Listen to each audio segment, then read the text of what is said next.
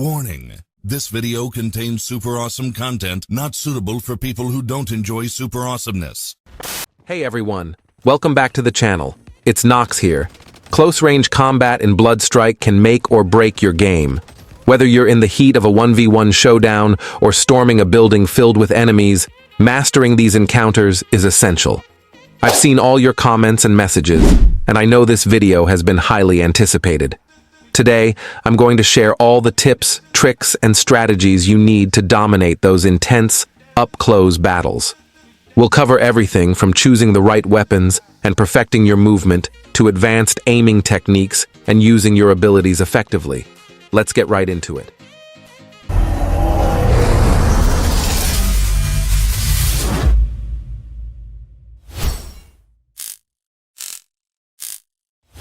All right. Let's start with understanding what close-range combat is all about in bloodstrike. Close-range combat refers to those intense, up-close encounters with enemies where quick reflexes and sharp decision-making are crucial. In these fights, the room for error is incredibly small. You need to be fast, precise, and strategic. Unlike long-range battles, where you can take your time to line up shots, close-range combat is all about rapid reactions and effective use of your environment. One of the key aspects of close-range combat is reflexes. The faster you can react to an enemy's movement, the better your chances of coming out on top. This means being constantly aware of your surroundings and anticipating enemy actions. Decision-making is another critical element. You have to quickly decide whether to engage or retreat, when to use your abilities, and how to position yourself for the best advantage. Every second counts, so making the right choice under pressure is essential. Now, before we dive into the specifics, I'll give you the top 2 tips that are crucial for close-range combat success. First, using headphones is essential. Sound is a huge advantage in close-range fights, helping you hear enemy footsteps, gunfire, and other critical audio cues that can give away an enemy's position. The second tip, which is very important, is paying attention to the visual footstep indicators on your screen. It's not just about noticing them, but also understanding what they signify. For example, the footstep indicator with an arrow pointing up tells me there is an enemy above me.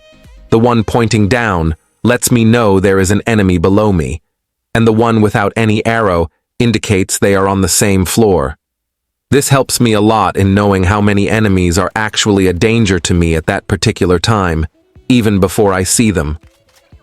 To master close-range combat, you'll need to practice and refine your reflexes, decision-making, and understanding of the game mechanics. All of this leads to our focus of the day, game sense. Now that we've covered the basics, let's move on to the first thing to look at, which is choosing the right weapons for close-range encounters. The right weapon can significantly increase your chances of coming out on top in those intense, up-close battles. Let's break down what to look for and some of the best options available. First off, you want to focus on weapons that excel at close range. Shotguns and SMGs are typically your best bets. Shotguns deal massive damage at close distances, while SMGs offer a higher rate of fire, allowing you to quickly dispatch enemies even if your aim isn't perfect. Let's talk specifics. The Origin 12, though annoying to face, is a great choice for those who like to get up close and personal. Its high damage output can take out enemies in a flash, making it deadly in close quarters. For those who prefer more speed, literally every SMG is a fantastic option, especially now that the INP-9 got an impressive buff.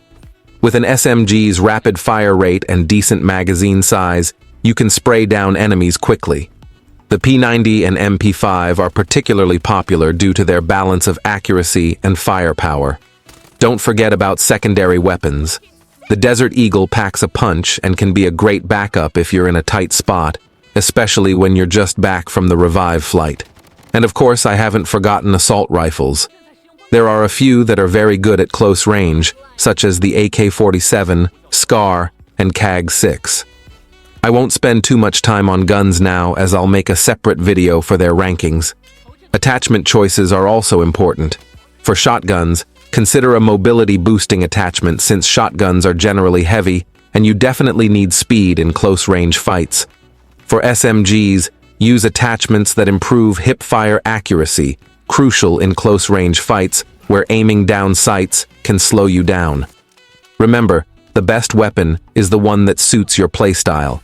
Experiment with different options and find what works best for you. The key is to be comfortable and confident with your weapon of choice, so you can focus on your tactics and gameplay. Now that we've covered weapon selection, let's move on to the next crucial aspect of close-range combat, perfecting your movement and positioning. Alright, now let's dive into the main focus of this video, game sense. Mastering close-range combat isn't just about reflexes and aim, it's about understanding the game on a deeper level. Game sense includes mastering movement and positioning, perfecting your aiming and shooting techniques, effectively using striker abilities and equipment, and developing smart strategies and tactics. Let's start by quickly summarizing movement and aiming before we dive deep into the parts where intense game sense comes into play, striker abilities and tactics. Movement and positioning are crucial for close-range combat. Staying mobile makes you a harder target to hit, and good positioning can give you the upper hand in engagements. Always be aware of your surroundings, use cover effectively, and keep moving to stay unpredictable. Because as you all know, the moment you stop moving, whether it's just to heal or loot, you're a dead person already. So no matter what you're doing, always make sure to be on the move. For a detailed guide on mastering movement and positioning, check out my movement guide video. The link will be in the description. Meanwhile, aiming and shooting techniques are fundamental for landing those crucial shots in close-range fights. Keep your crosshair at head level, practice your flick shots, and learn to control your recoil. Again, I have dedicated videos covering these techniques in depth, so be sure to watch those if you need more guidance. Now, let's dive into one of the most important aspects of close-range combat, using striker abilities and equipment effectively. In this section, I'll use gameplay examples to make sure you all understand what I mean. First up, I want to point out the top strikers that are really good for close-range combat: Nova, Hank, Emma, Nacho, and Volt. I will make a separate video on this topic to cover it completely. Next, let's talk about throwables. These are very important in close-range fights. In my opinion, the top throwables to carry are the smoke grenade and the fire grenade. The smoke grenade helps you easily push or evade enemies, and as a bonus tip, aim assist doesn't work through smoke, so you can use that to your advantage. The fire grenade disrupts enemies' gameplay, especially when they're in a building. I believe I don't even have to explain this, as everyone has been through the hell of it one way or another.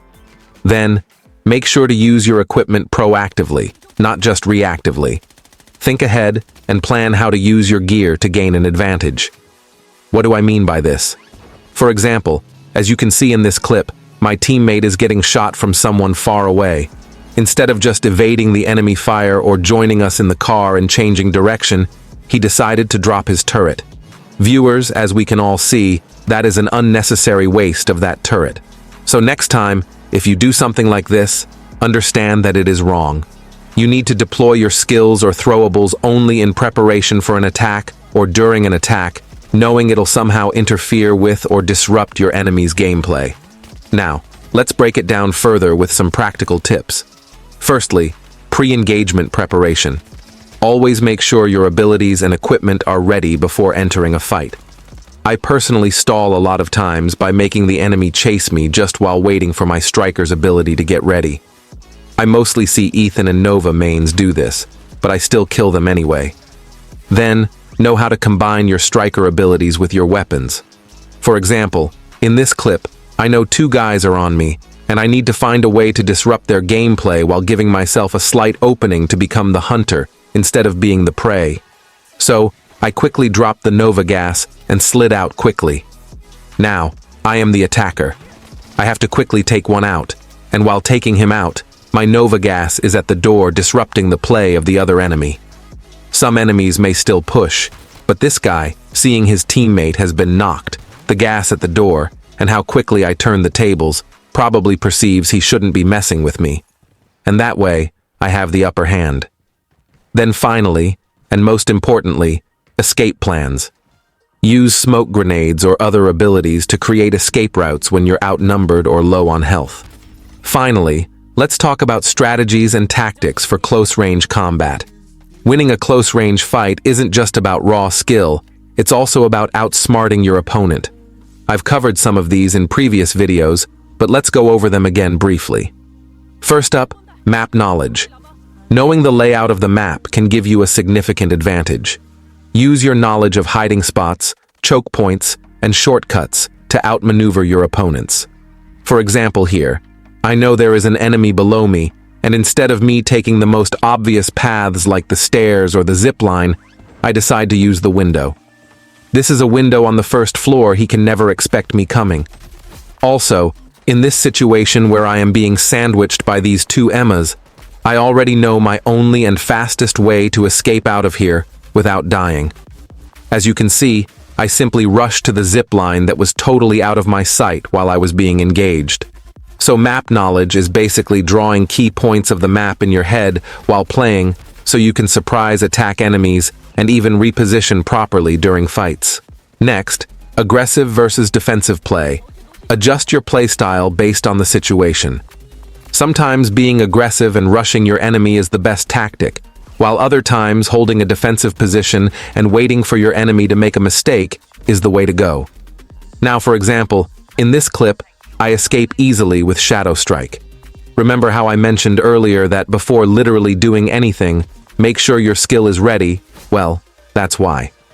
After the quick escape, I glance quickly to check the positions of the enemy and know what my next plan would be, but I don't see anyone there, so I go to get their attention. You see, the first point I spoke about in this video was choosing your weapons properly. Here I am with double MP5, and we all know this is a combo strictly for close range, therefore I need to lure them close to me. Now that I have gotten the attention of the first enemy, I have to fall back. I want you to notice something. I will not go into the building because this is where the enemy expects me to go. Instead, let's play some mind games.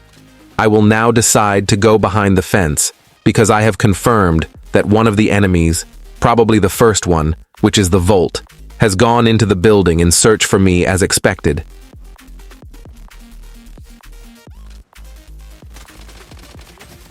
But now, with his teammate down, he will become curious and decide to check where I am.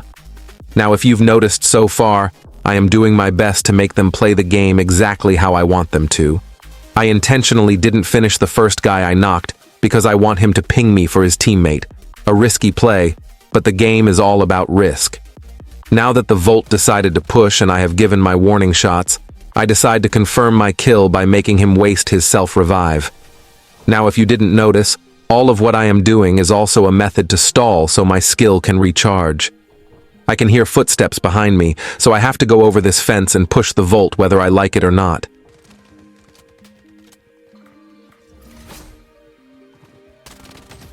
Easy kill for me as I take out the Volt. Now I wasn't wrong. Whoever had the footsteps I heard earlier is now pushing in. Attacking right away isn't smart, so I reposition and check what striker our unknown enemy is using. As I see a Nova, I give her some shots, and when I turn, I see something that actually excites me. A Nova gas. That tells me that the Nova isn't tossing a gas for the next 30 seconds, and yes, I know she has 2 gas slots, but let's hope it's not active. Now I'm going to push directly, because I know anywhere between inside the building or the pathway is where the Nova would want to pass to attack me. And guess what? I am using a close-range gun, so this is the perfect chance for me. I have to push immediately and make use of it.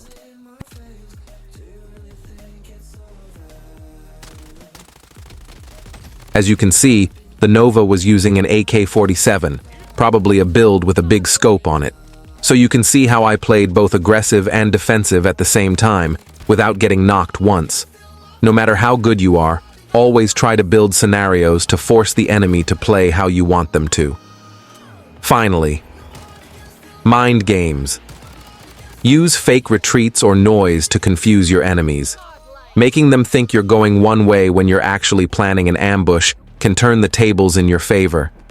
I believe you saw a good example of what I mean by mind games in the previous clip, but mastering these strategies and tactics, along with effective use of striker abilities and equipment, will make you a formidable force in close-range combat. Alright, now let's wrap up everything we've covered so far and give you some final thoughts. Alright, let's talk about some common mistakes and how to avoid them. Even experienced players can mess up, so knowing these pitfalls can give you a big advantage. First, overcommitting to a fight is a frequent mistake. You might feel confident and think you can take down the enemy, but if you're low on health or running out of resources, it's often better to pull back and regroup. Knowing when to back off and heal can keep you from getting knocked out early and help you stay in the game longer. Next, neglecting your surroundings is a big mistake. It's easy to get tunnel vision and focus only on the enemy right in front of you, but you need to be aware of threats from other directions too. Always keep an eye on what's happening around you to avoid getting surprised. Misusing abilities is another common error. Using your abilities at the wrong time can backfire. For example, using your shadow strike just for normal traveling when no one is around you, deploying your turret then completely leaving the area, or using your drone beetle to heal when enemies are not even around you. These mistakes can get you killed because your skills might not be available when you need them most. Make sure you use your abilities wisely, thinking about the timing and situation. Then there's poor equipment management. Running out of ammo or not having the right grenades can put you at a big disadvantage. Always keep track of your gear and make sure you're stocked up so you're ready for any fight. Always stop at possibly every 2 buy stations you pass and just buy what you're probably missing. Lastly, sticking to one strategy. No matter what is a bad move, you need to change up your strategy based on what's happening in the game. Be flexible and adjust your approach, whether you need to be aggressive or play it safe. Avoiding these common mistakes will really improve your gameplay and help you become a better player. Alright, we've covered a lot of ground today. From choosing the right weapons to mastering close-range combat strategies and avoiding common mistakes, you now have a comprehensive toolkit to improve your gameplay. To recap, make sure to choose your weapons wisely based on your playstyle and the situation. Know the strengths of strikers like Nova, Hank, Emma, Nacho, and Volt for close-range combat. Use your abilities proactively and strategically. Pay attention to your surroundings and manage your equipment carefully. Adapt your strategies as the game unfolds, whether it calls for aggression or defense. And most importantly, learn from your mistakes.